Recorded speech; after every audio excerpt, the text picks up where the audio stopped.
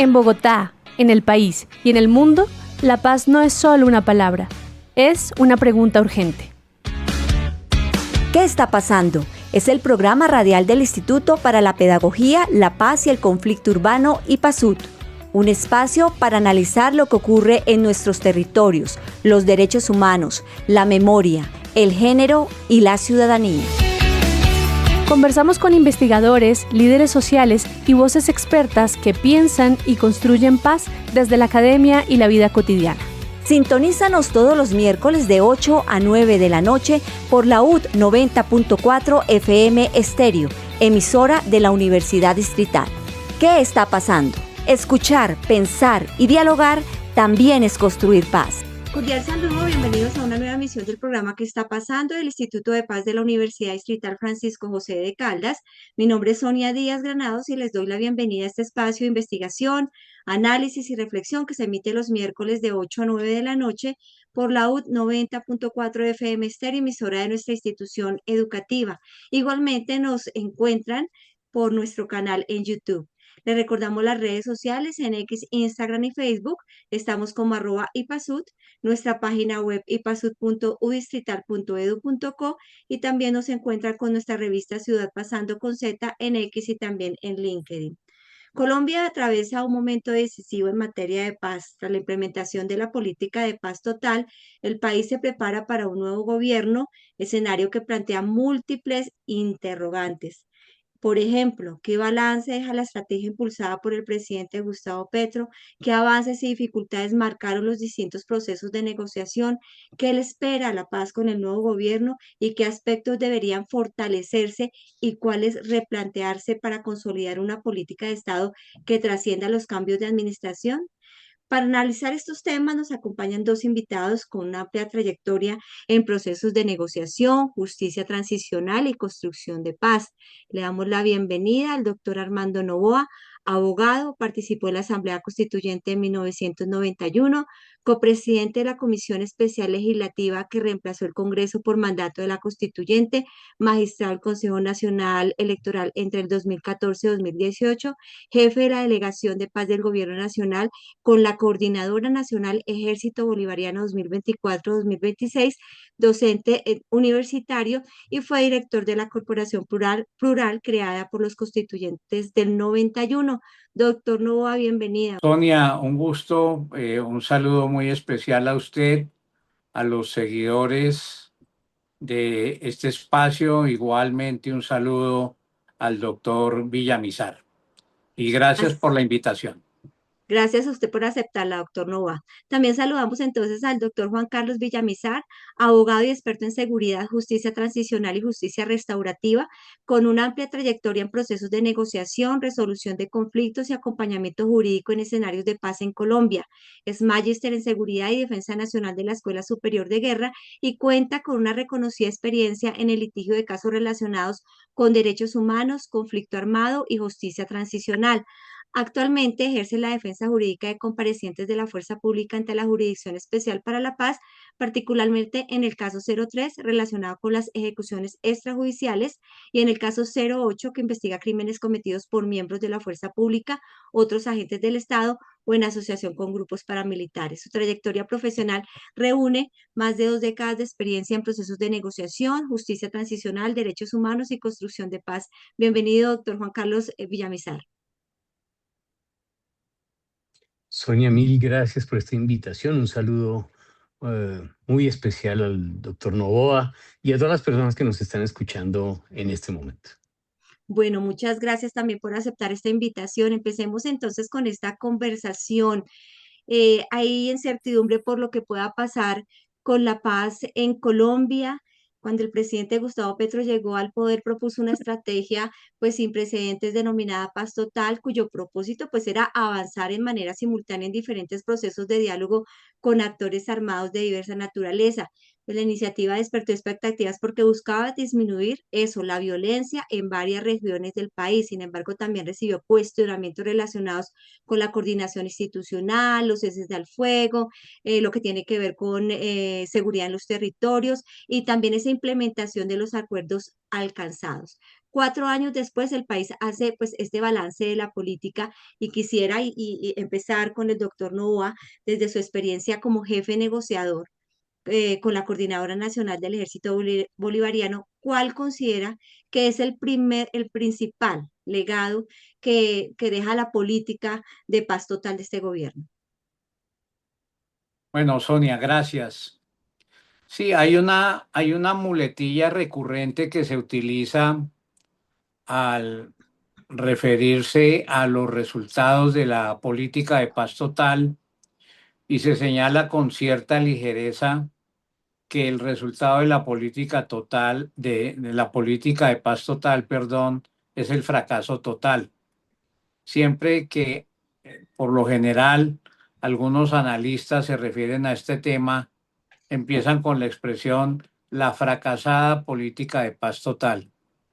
Pero en ese tipo de expresiones no se advierte las características de la violencia que tenemos hoy en nuestro país, una violencia un poco diferente de la que teníamos antes del acuerdo de paz del 2016.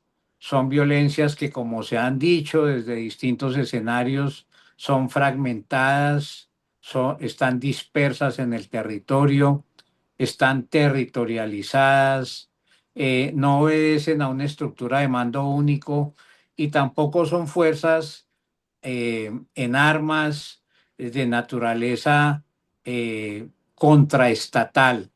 Son grupos en armas que disputan espacios de poder en los territorios, especialmente por su vinculación a las economías ilegales y al control territorial. Entonces, un balance de la política de paz total tendría que empezar por precisar ese diagnóstico inicial y a partir de allí, digo yo, hacer un análisis que dé cuenta de las características y de las especificidades de los grupos en cada uno de los territorios de Colombia. A nuestra delegación, por ejemplo, le resiente mucho la lastima que se diga que en los casos de Nariño y Putumayo la política de paz total ha sido un fracaso total, porque la realidad de los territorios muestra otra cosa. Hubo disminución en las violencias, hubo una acción sostenida de separación de de las comunidades, de las economías ilícitas. El grupo con el que negociábamos comprometió su voluntad en esa iniciativa y finalmente logramos crear una zona de ubicación temporal en donde actualmente se encuentran ubicadas 99 personas. Entonces, aquí en este caso sería una ligereza y un apresuramiento concluir que la política de paz total es un fracaso total, aunque eso signifique que el análisis hay que hacerlo de manera pormenorizada, concreta, a partir de las distintas realidades territoriales y de los distintos grupos con los cuales el gobierno tenía mesas de diálogos de paz. Sí. No hay que generalizar en en todos los casos, o sea, cada territorio tenía una realidad diferente en cuanto a las violencias que allí se llevaban a cabo, en cuanto al conflicto. Para usted, doctor Villamizar, eh, desde el derecho, desde la seguridad, ¿cuál es ese balance general? ¿Qué aspectos destacaría como avances y cuáles considera que quedaron pendientes? Y si está de acuerdo con lo que dice el doctor Novoa. Sí, yo comparto parcialmente esa idea. Es decir, yo creo que acá toca diferenciar dos cosas. Una, la política pública de paz que emprendió el gobierno del presidente Petro, eso que llamamos la paz total, lo que estaba inserto en el plan de desarrollo. Y otra, su implementación, su materialización en diversos territorios y de diversos niveles, ¿no? Que fue lo que se materializó a partir de la ley 2272. Y yo comparto lo siguiente, yo creo que si hay algo que mostrar es lo de Nariño y Putumayo, sin duda alguna. Es decir, yo haría una excepción y haría un análisis muy particular de lo que pasó, de lo que ha venido pasando en ese proceso por muchas condiciones muy particulares de ese territorio. Pero si salimos de ese territorio y hablamos de la política pública de la paz total sí fracasó. En términos absolutos. Después tiene excepciones, toca mirar cada uno de sus componentes. Hay cosas que avanzaron, hay cosas que quedaron instaladas, hay cosas que tienen futuro, pero en términos generales sí hay un problema estructural de ese planteamiento. Yo lo he dicho muchas veces. El concepto de la paz total fue un concepto audaz, es un concepto necesario y yo no veo otra forma de que Colombia supere o haga su transición que no sea con un concepto de totalidad, que tengamos un tribunal de cierre para todos los grupos, que haya una seguridad jurídica, que los llevemos a unas grandes desmovilizaciones, que resolvamos el problema de los que vienen de acuerdos anteriores, etcétera, etcétera, etcétera. Sin embargo, aquí hubo problemas de método. Aquí hubo un problema muy serio de no haber planteado un marco jurídico desde el principio del gobierno. Se planteó muy tarde en el tiempo y eso nos pasó ya cuando el gobierno traía todo un desgaste, sobre todo en el Congreso de la República.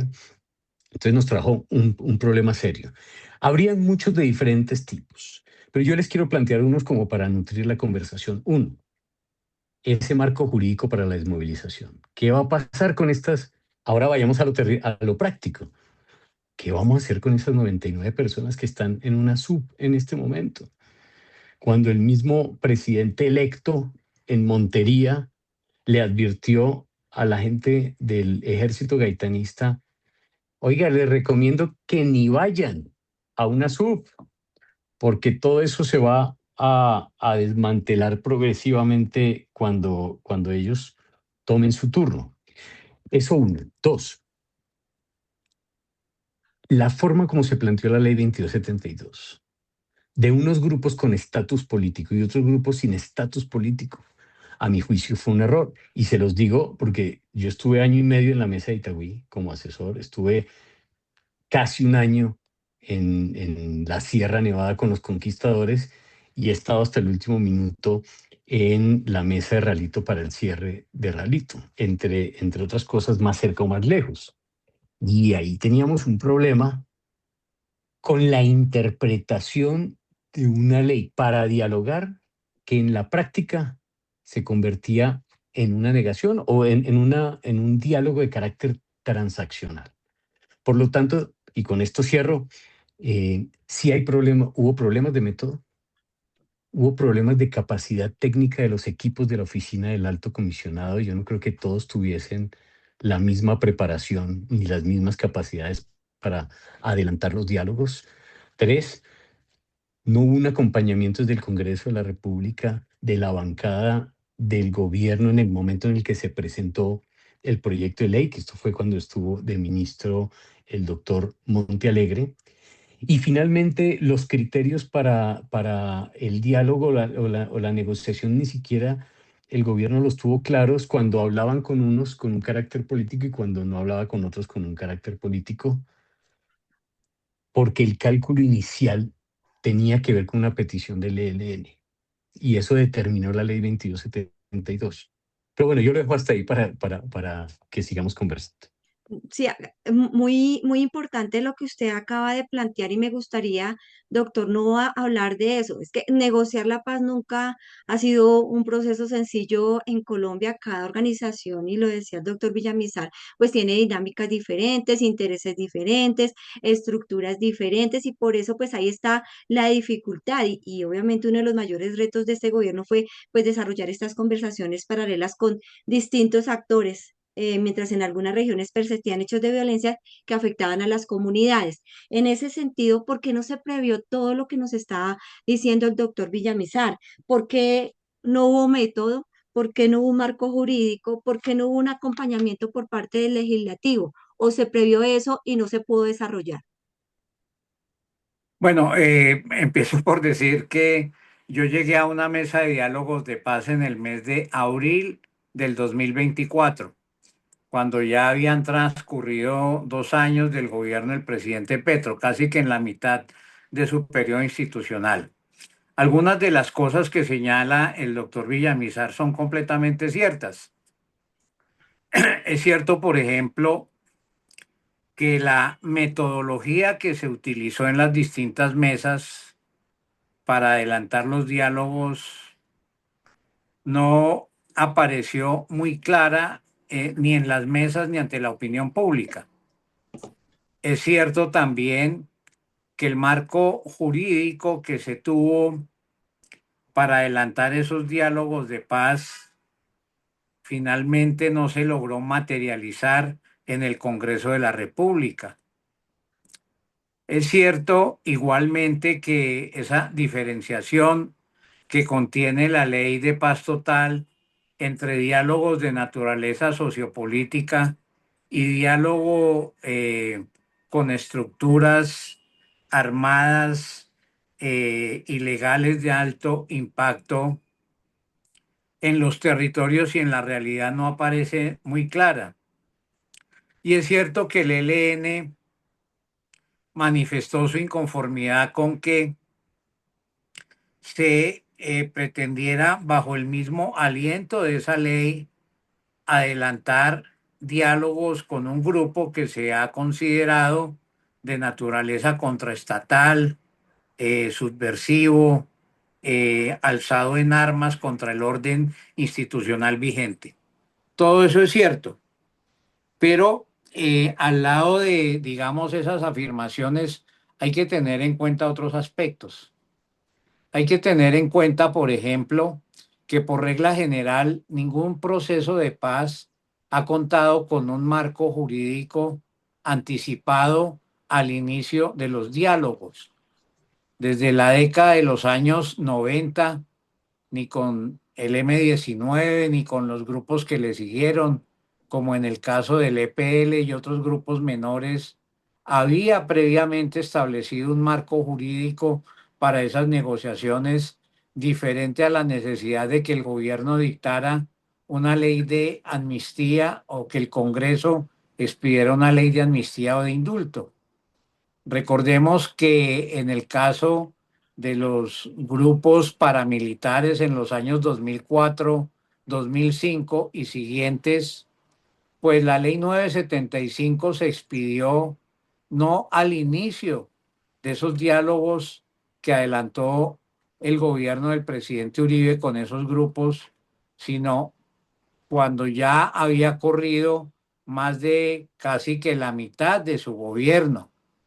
Y en el caso de las FARC, aunque se expidió un marco jurídico para la paz contenido en un acto legislativo del 2011, en la práctica ese marco fue desechado porque la dinámica de las conversaciones llevó a que tuviera que ser reelaborado y eso dio lugar a la expedición de las normativas relacionadas con el sistema de verdad, justicia y reparación, especialmente la Jurisdicción Especial de Paz.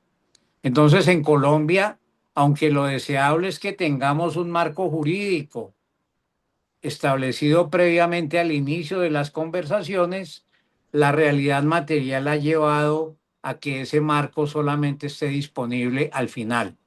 Y generalmente, especialmente en los gobiernos de Uribe y de Santos, ese marco jurídico se expidió bajo el aliento de que fueron dos gobiernos que contaban con la ventaja de la reelección inmediata. Ambos gobiernos defendieron la idea de la necesidad de su reelección precisamente para consolidar y llevar adelante las negociaciones de paz. Sin la reelección inmediata del gobierno de Santos, no hubiera sido posible contar con un marco jurídico para la paz, porque recordemos que la Jurisdicción Especial para la Paz solamente estuvo disponible en el segundo periodo de su mandato, que fue del año 2010 a 2018, y que aún así fue posible acudir a ella luego de una sentencia de la Corte Constitucional del año 2018 y 2019. Entonces, quiero decir con esto que aunque sí es deseable que haya un marco jurídico al inicio de las conversaciones, históricamente en Colombia no ha ocurrido así. También es importante señalar que en Colombia los procesos de desmovilización de los grupos en diálogos se ha producido luego de estar muy adelantadas las conversaciones. En el caso del presidente Santos, la desmovilización de las FARC-EP se produjo luego de la firma definitiva del acuerdo de paz bajo la lógica de que nada estaba acordado hasta que todo estuviera acordado. En el caso de la política de paz total, a partir de la ley 2272, se estableció un principio distinto. El principio consistía en que los acuerdos parciales podrían ser llevados a la práctica una vez suscritos en la mesa de diálogos y que esa ley también fue pensada, por lo menos así lo entendimos nosotros en nuestra mesa, bajo un principio de gradualidad y de un principio de incrementalidad, de tal manera que son unas lógicas completamente distintas a las que se tuvieron y se aplicaron antes del año 2016.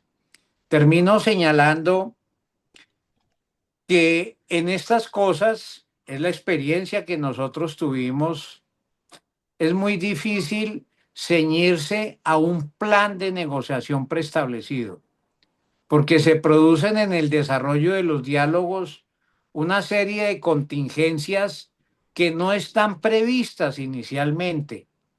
Por ejemplo, nuestra mesa de diálogos tuvo una interrupción de más de 2 meses porque el grupo se fragmentó y se fragmentó no por iniciativa del gobierno, se fragmentó por sus propias fisuras internas, porque ellos mismos no tenían claro cuál era el esquema de negociación por el cual estaban enrutándose.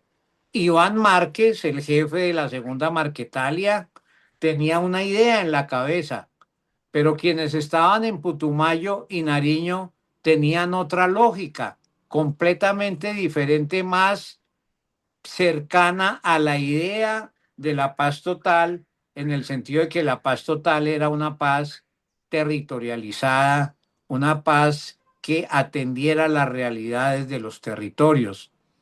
Esas, digamos, esas premisas solamente en algunos casos fueron encontradas en el desarrollo de los diálogos, no en forma anticipatoria, porque de entrada hay que reconocerlo en un primer momento, con el consejero comisionado inicialmente designado para el efecto, lo que predominó, según entiendo, fue muchísimo activismo, pero poco pensamiento. Y en la segunda parte, de la política de paz total, ya en los años 24, 25, se trató de descifrar cuáles eran las rutas que debían seguirse a partir de las premisas que le estoy mencionando. Yo debo decir entonces que faltó tiempo y ese tiempo hay que indicar es insuficiente para que en un gobierno se cierre un reto como el que implica la fragmentación de estos grupos en los territorios. La respuesta a eso es que si no hay reelección inmediata del presidente, debe haber un compromiso del Estado y no solamente de los gobiernos con darle a las políticas que van produciendo resultados una continuidad independiente de cuál sea el gobierno que suceda al anterior. Abelardo de la Espriella cometería un gran error, gravísimo error, si decide de un solo brochazo levantar la zona de ubicación temporal en el caso de Putumayo, porque eso sería devolver a la gente a las armas y a los brazos del grupo ilegal con quienes estábamos negociando y quienes han señalado que mantienen interés en continuar en la mesa de diálogos de paz. Por eso nosotros hemos llamado que aquí hay que ir despacio, hay que aprender de los errores que se cometieron en este gobierno, pero que sería un tremendo error darle o medir con el mismo rasero los desarrollos que ha tenido cada una de estas mesas de diálogos de paz. La concreción, la identificación de esas características es parte de la política de paz total y en eso nos llevamos una buena parte de nuestro tiempo. Sí, yo quería antes que nada referirme a algo que dijo el doctor Novoa hace un momento para apuntalar y redondear estas ideas. Yo creo, doctor Novoa, que aquí hubo un problema inicial estructural, varios, pero uno fundamental, que al final caímos en la tentación de abanizar los diálogos que vinieron posteriores a La Habana. Pensar que tanto los métodos como la forma de ver el interlocutor era lo mismo que ver lo que se vio en aquel momento en la negociación entre el Estado colombiano y la insurgencia. Y yo tengo una tesis con respecto a eso. Es decir, estoy de acuerdo, todas las negociaciones de los años 90 fueron negociaciones de perdón y olvido.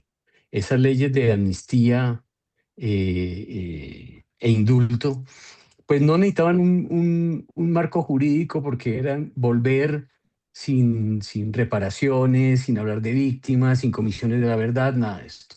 Después nosotros o sea, como país damos un salto cualitativo en el proceso de Ralito.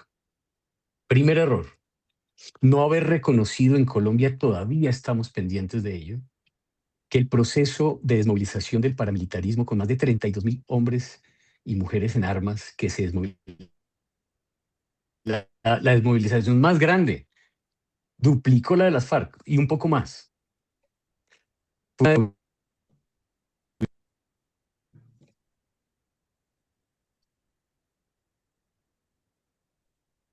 Tenemos problemas con la señal, doctor Villamizar, con su señal. ¿Me escuchan? Sí lo Aló. escuchamos, pero hay intermitencia en su señal.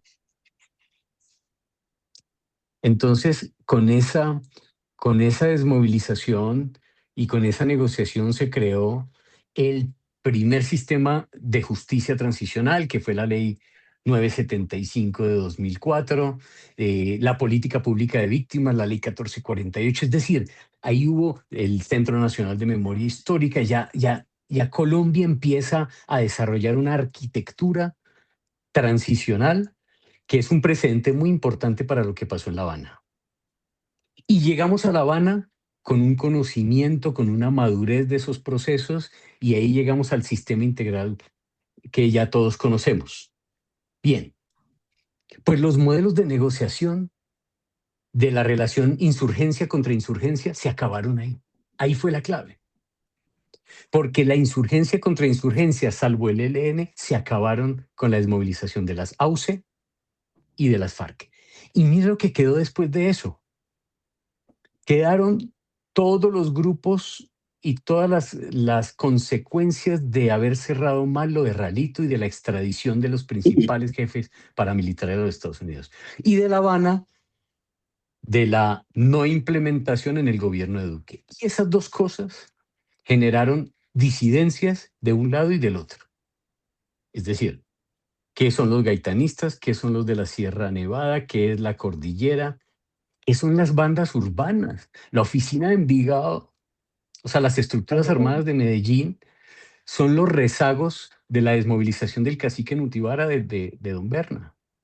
Entonces, yo creo que se cayó en un error de no haber hecho una interpretación de que esa reconfiguración de las violencias territoriales no era nada más ni nada menos que procesos mal cerrados o incumplidos por parte del Estado a lo largo de los últimos 20 años. Y que se necesitaban otras metodologías y otras formas de hacer. Yo creo que en el caso de Nariño y Putumayo, ustedes lograron acuñar unas metodologías y una forma de dialogar para sacar de la mejor manera esto. Es más, hay muchos avances, por ejemplo, en materia de de mitigación de las violencias. Eso pasó en Medellín, eso lo hicimos en Medellín. Eso pasó en otros lugares, de acuerdo. Pero no se cumplió el objetivo central de la política pública del presidente Petro, porque no se logró entender ni siquiera por parte del gobierno. Estoy hablando de la oficina del alto comisionado en su conjunto, de entender una diversidad de diálogos que tenían unas raíces comunes, pero que tenían unos desarrollos particulares. Yo les voy a dar un ejemplo de esto, pequeño ejemplo de esto. Se sienta el gobierno en la mesa de Itagüí, el gobierno y las estructuras armadas. Y en una ocasión se empieza a preparar la agenda para que participen las mesas de víctimas, las víctimas de Medellín y del Valle de Aburrá. Y pregunté, ¿a qué víctimas nos referimos? Estamos hablando de las víctimas de la Escombrera, estamos hablando de las víctimas de la Operación Orión y Mariscal, estamos hablando de las víctimas del conflicto armado en el momento del cacique en Utibara y de la oficina y de la terraza y etcétera, etcétera. Si estamos hablando de eso, la ley 2272 no permite que hablemos de eso en esta mesa. Porque en el marco de la 2272, el interlocutor es un GAO. Ahí no hay un marco jurídico para hablar de delitos, de crímenes de lesa humanidad, ni crímenes de guerra, ni crímenes ligados a un conflicto armado. Por lo tanto, al final, las únicas víctimas que permitía la participación la 2272 en un caso urbano como este, ¿cuáles eran? Víctimas de extorsión, víctimas de crímenes menores, de delincuencia organizada. Entonces, ya teníamos un problema de método y un problema de marco jurídico inicial para estas conversaciones. Yo creo que en perspectiva de futuro, yo no soy muy optimista, digamos, con que algunos de los modelos que veníamos trabajando se apliquen con este nuevo gobierno. Yo creo que aquí van a pasar otras cosas distintas, pero tampoco creo que el Estado colombiano esté en capacidad de sostener operaciones militares contra todas las estructuras que hay en el país por un tiempo demasiado prolongado y mucho menos que vaya a ganar todas esas guerras que son multidimensionales, que son híbridas, en donde no hay manera de cumplir con el derecho internacional de los conflictos armados ni con el derecho internacional humanitario. Aquí se le va a presentar al nuevo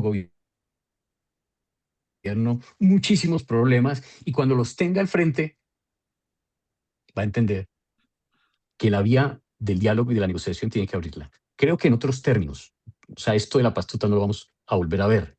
Creo que en otros términos, en donde van a incorporar en el eje el tema de la seguridad.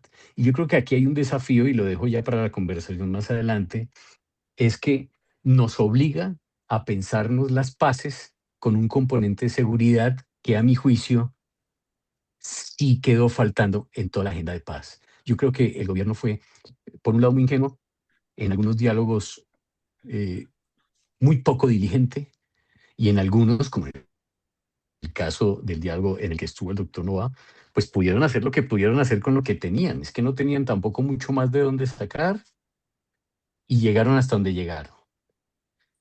Ahora, dejar el diálogo aquí, en los avances como los de Nariño y Putumayo, sí me parece peligroso. Peligroso con las personas que en este momento están en la sub y con los que están atrás. Porque van a quedar expuestos y vulnerables a algo que no sabemos qué es. Ninguno sabemos qué es. Esto lo derogan las gestorías de paz y las vocerías el 7 de agosto y ya empezamos a tener problemas. Y la ley 2272 en noviembre y ya vamos a tener problemas. Entonces, bueno, ese es otro desafío que queda ahí pendiente. Muchos desafíos y mucha incertidumbre con respecto a lo que pueda pasar. Algo que me llamó mucho la atención, perdón, en su intervención la semana pasada, doctor Villamizar, en el evento de la Contraloría y el IPASUD sobre los acuerdos de paz, 10 años de los acuerdos de paz, que decía algo que nos está explicando ahora.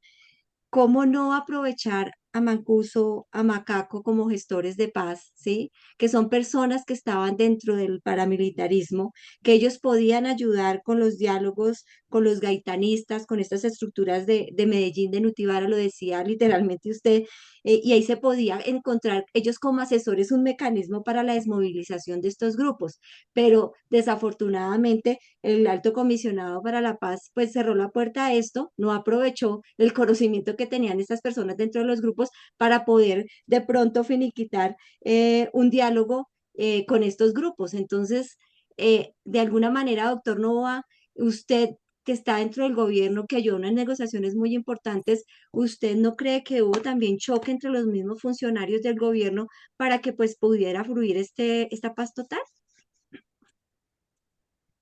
Yo coincido con las observaciones que se han hecho de cuando en vez, en el sentido de que el reto que implicaba poner en marcha la política de paz total obligaba a tener una institucionalidad mucho más robusta, mucho más coordinada y mucho más orientada de la que tuvimos en el transcurso de estos años. Incluso eché de menos que, a pesar de que en la ley 2272 se crearon unas figuras interesantes, como las regiones de paz, los gabinetes de paz, ninguna de esas figuras fue puesta en marcha, a pesar de que era urgente y muy necesario llevar la coordinación de las distintas entidades del gobierno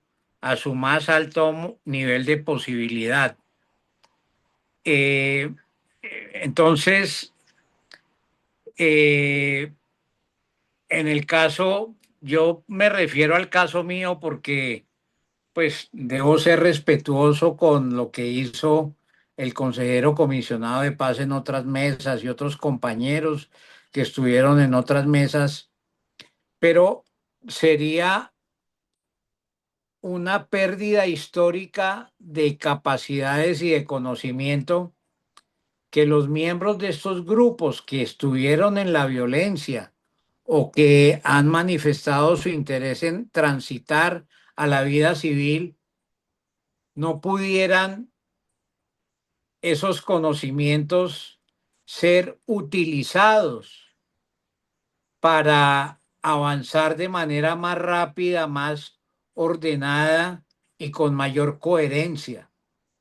En el caso de nuestra mesa, por ejemplo, era imposible hablar de transformaciones territoriales si usted no convocaba a los líderes del grupo a que se hicieran parte de esos procesos, a que dejaran las armas y a que lideraran desde los territorios nuevas formas de organización comunitaria y de concertación de indígenas, de consejos comunitarios para abandonar los cultivos de la hoja de coca. De hecho, muchos de esos líderes de este grupo con el que dialogábamos, pues habían por su cuenta y riesgo asumido ese proceso de transformaciones. Entonces a sus comunidades las estimularon a separarse de los cultivos de hoja de coca y a promover cultivos lícitos siempre bajo la orientación y coordinación del Estado. Entonces, coincido con el doctor Villamizar en el sentido, tal vez esto no se vuelva a repetir, tal vez tengamos un escenario mucho más difícil, pero si queremos que esos grupos transiten a la vida civil, hay que utilizar las capacidades y los conocimientos que ellos tienen ya en un tránsito a la institucionalidad para que logren la transformación de los territorios, para que el Estado logre contrarrestar las amenazas de nuevos grupos que pretendan copar los mismos territorios cuando quienes deciden hacer un acuerdo de paz abandonen la violencia, por ejemplo. Nosotros a eso le llamábamos la necesidad de construir alianzas territoriales por la paz. Y eso se tenía que hacer con las autoridades del departamento, con los alcaldes, con las comunidades, con la fuerza pública y también con los miembros del grupo en armas que decidieran mantenerse en una voluntad de paz. Pero va a ser difícil que un planteamiento de este tipo logre tener alguna receptividad dentro del nuevo gobierno, porque hasta ahora lo que he oído yo anunciar es que la política de seguridad se circunscribe a reiniciar bombardeos en los territorios, a retomar la idea de la aplicación de la aspersión aérea de glifosato. No sabemos cómo se va a hacer con las decisiones de la Corte Constitucional que prohíben o restringen ese tipo de prácticas para contrarrestar la economía ilícita de los cultivos de hoja de coca y la comercialización de lo que se deriva de allí. Pero sí, estoy de acuerdo en que si no hay una aproximación al territorio, despertando la capacidad de las fuerzas vivas locales que hay allí, va a ser muy difícil lograr la presencia del Estado Social de Derecho en esos territorios. Podemos generar unas batallas tempranas y circunstanciales frente a algunos miembros de los grupos, darlos de baja, capturarlos, bombardearlos. Se pueden restringir o disminuir las hectáreas de hoja de coca, pero eso será circunstancial si no se logra hacer más de fondo una transformación económica y social de esos territorios. Sí, aquí la gran pregunta es qué está pensando el presidente electo. Obviamente cada cambio de gobierno pues genera alguna incertidumbre sobre la continuidad de las políticas públicas en materia de paz. Obviamente lo que hemos estado hablando durante este programa, el reto es mucho mayor porque pues las negociaciones suelen extenderse durante varios años, requieren obviamente una estabilidad institucional. Entonces la pregunta es si esos procesos iniciados van a continuar, si habrá un cambio profundo en la estrategia nacional. Hay mucha incertidumbre por todo lo que ha dicho el presidente electo de la Espriella, rechazo a negociar con grupos armados ilegales, las críticas a la paz total, que la prioridad de su gobierno va a ser la seguridad, las propuestas institucionales, que va a desmontar mecanismos de políticas de paz, hablando también de la Jurisdicción Especial para la Paz. Entonces hay muchos anuncios que ha hecho el presidente Abelardo de la Espriella que de verdad generan miedo, incertidumbre, qué va a pasar con la continuidad de estas negociaciones. Y pues, doctor Villamizar, quisiera saber que es posible construir una política de paz que trascienda los gobiernos y se convierta realmente en una política de Estado, pero dándole prioridad a la seguridad, es decir, lo digo por lo que ha anunciado el presidente electo acerca de que la seguridad va a ser su prioridad a toda costa, dejando en segundo plano estas políticas de paz. Sí, nosotros tenemos que aceptar algo, y es que Abelardo de la Espriella ganó por muy pequeño margen. Ese es un elemento importante, muy, muy, muy pequeño margen, pero ganó con una voz del país político, de una parte del país político que pedía más seguridad porque su percepción de inseguridad pues los llevó a definir su voto. Y eso toca respetarlo. Y ahí hay una responsabilidad que no cabe en una persona o dos o quien estuvo al frente de un diálogo específico, ¿no? Cada uno tiene su responsabilidad. Cabe en cabeza del alto comisionado. Y yo creo que si en algo falló el presidente Petro, fue en la escogencia de sus dos altos comisionados, tanto Danilo Rueda como Oti Patiño. Porque aquí pasaron varias cosas. Una de ellas elemental. Cuando usted dialoga, dialoga para transar algo. Un diálogo es eminentemente transaccional, si sea un sometimiento. Digo, usted se va a someter, usted tiene que dialogar y acordar cosas para someterse inclusive. Y esa lógica de que se le daba un tratamiento a todas las organizaciones post-insurgentes y un tratamiento distinto a las organizaciones post-autodefensas o post-paramilitares, sesgó desde el primer momento la relación de los equipos. Ahí hubo un sesgo y ahí hubo un prejuicio. Porque yo lo vi, o sea, no me lo contaron, yo lo vi directamente. Entonces, todo este problema nos lleva como resultado en gran medida, no exclusivamente, pero en gran medida, a los resultados electorales que le pidieron al que hoy es el presidente electo que aplique una política de seguridad. Y yo lo que creo que va a pasar aquí es que van a aplicar una política de seguridad y el gobierno entrante se va a dar cuenta que en un tipo de guerra o de violencias como las que hay en Colombia, la salida por la vía militar no es viable, no existe, no es posible, no va a poder aniquilar, como hicieron en su momento en Sri Lanka con los tamiles, aniquilar hasta el último guerrillero. No, eso aquí no va a pasar por muchas razones distintas de la configuración de esas mismas violencias, de la capacidad operativa de los grupos armados ilegales, de su vinculación con las comunidades en los territorios, de su carácter urbano. Por lo tanto, la única vía que va a quedar aquí es volver a conversar en un momento dado. Y creo que aquí se va a dar un debate entre un sector de ultraderecha que no concibe esa salida y un sector de derecha más moderada que también hay en ese gobierno. Y ahí es un debate de ellos de cómo van a plantear un diálogo. Pero no un diálogo como una política pública, que esto va a tocar rehacerlo en algún momento.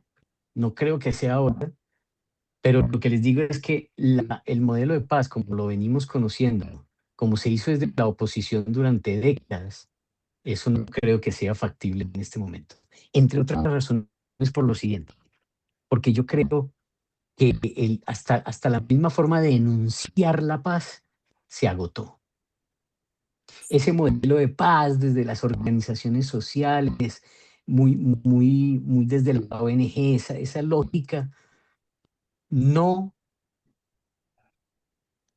suple los miedos que tiene el ciudadano de a pie en los territorios y en las ciudades sobre los problemas de seguridad que tiene.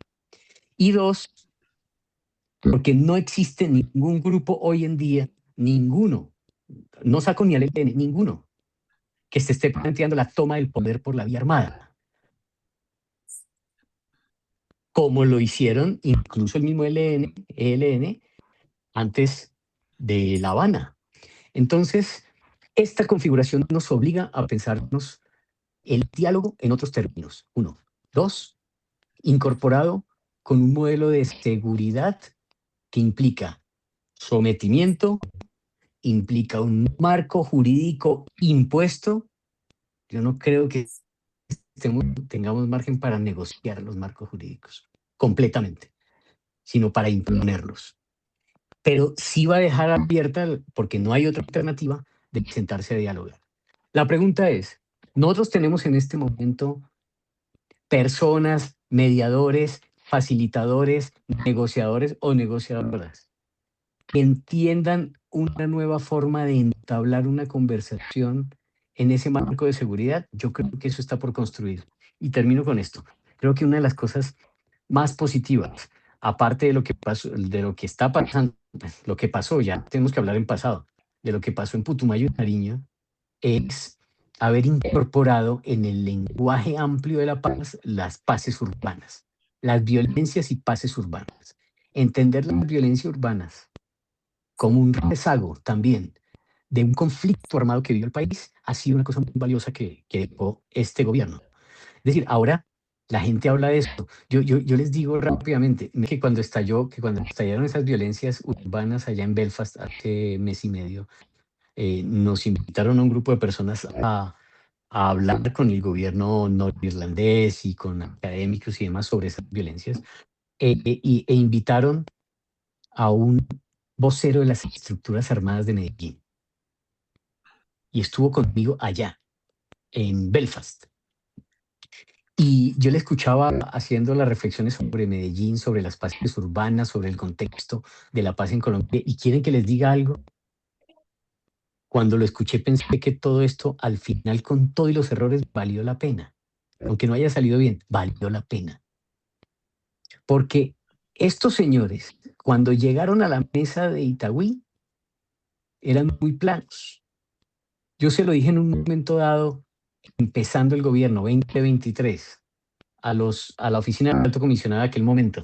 Oiga, dediquen unos asesores a los grupos con los que ustedes van a entablar diálogos, porque no es lo mismo dialogar con esa vieja guardia del ELN que lleva negociando con el gobierno 40 años y que ya tiene toda la Escuela Nacional e Internacional de Negociación, o con lo que fue el antiguo secretario de las FARC. No es lo mismo, y me corregirá el doctor Nova, que lo ha vivido en primera persona, que no es lo mismo hablar con un Walter o con alguno de estos vieja guardia que tiene un discurso político, a hablar con personas que realmente tienen discursos muy básicos y problemas metodológicos de hacer una negociación.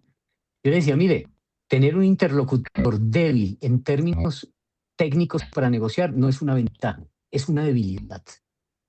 Pero cuando yo escucho a esta persona en Belfast, haciendo el discurso que hace, haciendo el análisis que hace, oiga, nosotros salimos después de 4 años con los máximos jefes de las estructuras de Medellín con una formación, con una capacidad de sentarse en una mesa, de hacer una agenda, de hacer una relatoría.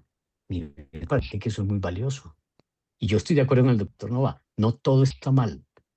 ¿Perdimos las elecciones en parte por la agenda paz? Sí, sí. ¿Se perdieron las elecciones en este país porque la paz total se volvió un arma arrojadiza? Sí. ¿Significa que todo estuvo mal? No. Hay cosas que resaltar y esta es una de ellas.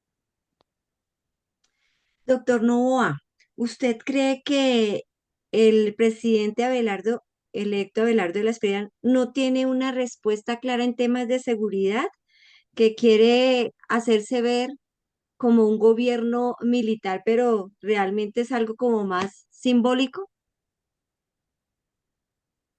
Pues Sonia, si nos atenemos a lo que hemos visto hasta la fecha de hoy, diría que no.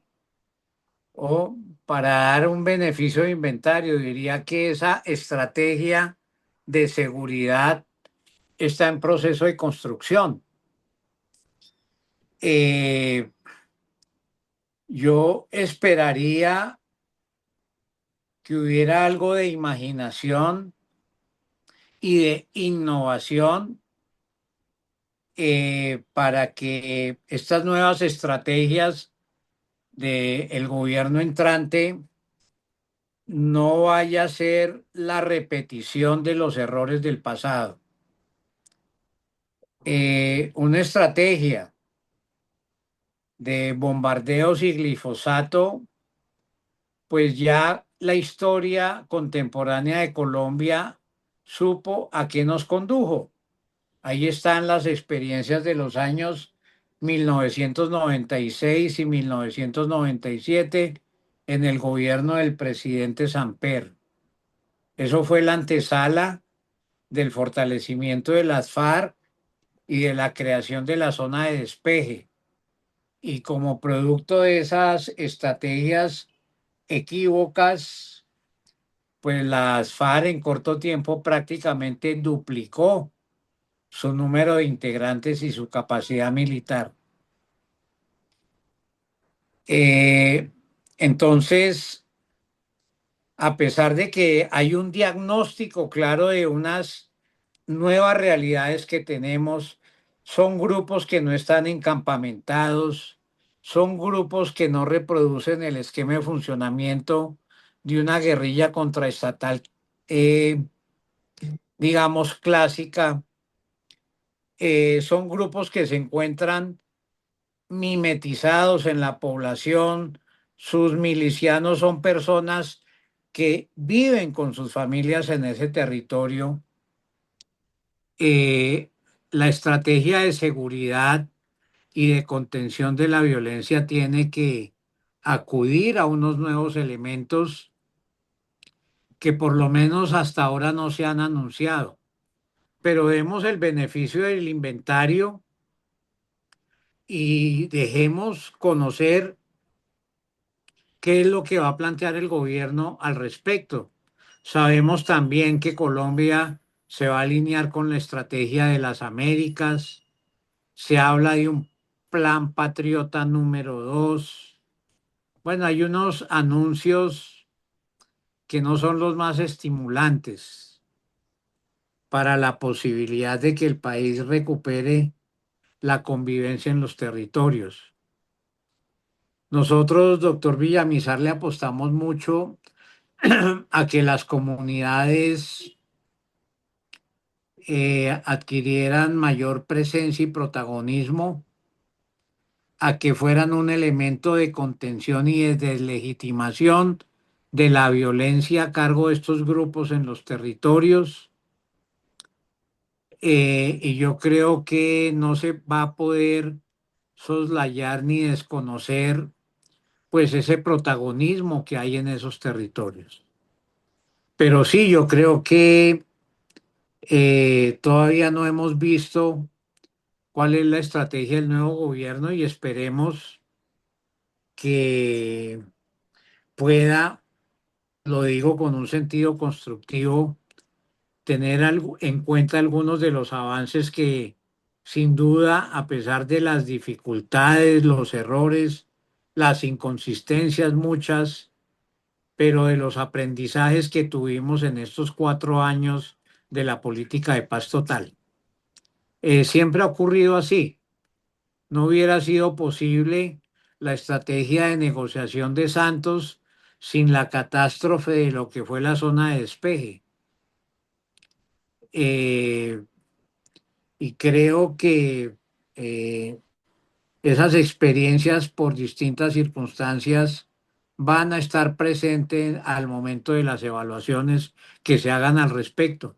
Nosotros incluso hemos pedido a los altos funcionarios anunciados del nuevo gobierno que se nos permita presentarles nuestra experiencia, que se nos permita documentarlos, que se nos permita ilustrarlos para que ellos tomen las decisiones que consideren convenientes con conocimiento de causa, sin apresuramientos. Ya la campaña electoral pasó, claro, ganó una estrategia de seguridad, pero como bien lo dice el doctor Villamizar, ese triunfo fue apretado y eso significa que una política de solamente mano militar en los territorios va a tener un dique de contención en comunidades que por lo demás fueron las que apoyaron la propuesta de continuidad del actual gobierno en esos territorios, no en virtud de la teoría del voto fusil, sino en virtud de la conexión con sus aspiraciones territoriales, con lo que hizo este gobierno, que para bien o para mal tuvo una acogida en esos territorios por parte de las comunidades más afectadas por la violencia. Bueno, independientemente de lo que pueda pasar con el próximo gobierno, pues sabemos que en las universidades, en las escuelas, las organizaciones sociales, de alguna manera van a seguir trabajando, vamos a seguir trabajando en construir paz desde la educación, pues desde la cultura también, diálogo, participación ciudadana y precisamente desde el IPASUT creemos que la paz también se construye en las aulas. Ya para terminar, para los dos, empecemos por el doctor Villamizar.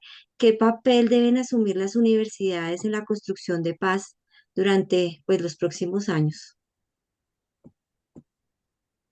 Y de gran parte del desarrollo eh, conceptual y teórico de la paz y de la justicia transicional ha surgido del debate académico. En el espacio académico hay una salvaguarda para que el libre pensamiento se desarrolle. Es ahí, yo creo que las universidades tienen una gran responsabilidad. Si tienen la valentía de no plegarse al poder de turno, si tienen la valentía de hablar con voz propia e independiente, tienen la responsabilidad de abrir los espacios académicos para que haya un profundo debate sobre el modelo de seguridad y sobre el modelo de paz que quiere este país. El modelo de seguridad no se le puede dejar en exclusiva a las fuerzas militares ni al gobierno nacional. Tiene que ser una construcción activa y yo creo que ustedes y en su conjunto, quienes se piensan desde la Academia de la Paz, tienen ahora las condiciones más óptimas que desde otro espacio distinto, por muchas razones, de adelantar este debate. Al final de cuentas pasa lo siguiente. Muchas de las ideas innovadoras de las que habla el doctor Novoa, que son necesarias, toca repensarse la cosa, toca plantear caminos que sean disruptivos, toca inclusive en algún momento dado lanzarle salvavidas al gobierno y a las partes para encontrar un camino de diálogo. Eso puede salir de ideas que se fecunden, que se cocinen en un espacio académico. Yo creo que tienen todo por hacer y no tengo duda de ello. Doctor Novoa. Sí, yo creo que la academia y los centros de pensamiento, las universidades, se enfrentan a un gran reto y es lograr descifrar el alcance de estas nuevas violencias y también descifrar cuáles podrían ser las respuestas para enfrentarlas. El diagnóstico creo que está más o menos claro. Lo que no está tan claro son los caminos de solución. Y ahí es donde las universidades tienen que emplearse a fondo. Me refiero a que el pensamiento crítico, crítico en el sentido de independiente, de innovador, va a pesar mucho para evitar no repetir errores que se han repetido en otros momentos de nuestra historia contemporánea. Entonces, si alguien tiene un reto desde el punto de vista del conocimiento, de cómo salir de estos impases, es la academia. Por eso, esfuerzos como los que se están haciendo desde IPASUD pueden ser muy útiles y pues por supuesto no podemos hacer nada distinto de destacar ese esfuerzo y de contribuir a sus avances en la medida en que ustedes consideren que se puede hacer. Yo estoy muy agradecido con este espacio, con la invitación de Sony, por supuesto, con las ideas y los planteamientos tan importantes como los que he conocido hoy del doctor Villamizar. Muchas gracias a usted, doctor Novoa, por haber aceptado la invitación. Muchas gracias a usted, doctor Juan Carlos Villamizar, por haber estado con nosotros. No, gracias a ustedes. Reconocimiento al doctor Novoa por el trabajo que hizo allá en Nariño y en Putumayo. Ojalá lo que venga sea lo mejor para toda esa gente que creyó en el diálogo y que está en este momento en una apuesta casi que con manos abajo, es decir, ya entregados a la responsabilidad del Estado y ojalá que sea lo mejor, la mejor salida posible. Así que agradecimiento a ustedes, a Sonia y a la Universidad Distrital por este espacio. Muchas gracias.